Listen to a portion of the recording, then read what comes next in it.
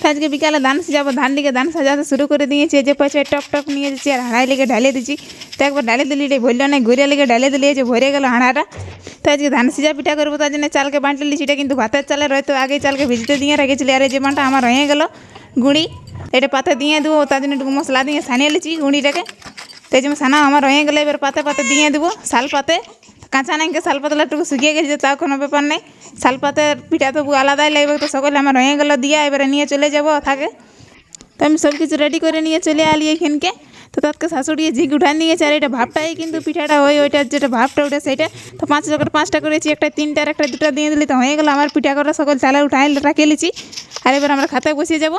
তোমরা আগে খাবে তো চলে আসে, একদম গরম গরম ধান সিজা পিঠা। আমি কোনোদিনও খাই নাই, এটা প্রথম খাবো। তো দেখি কেমন লাগে।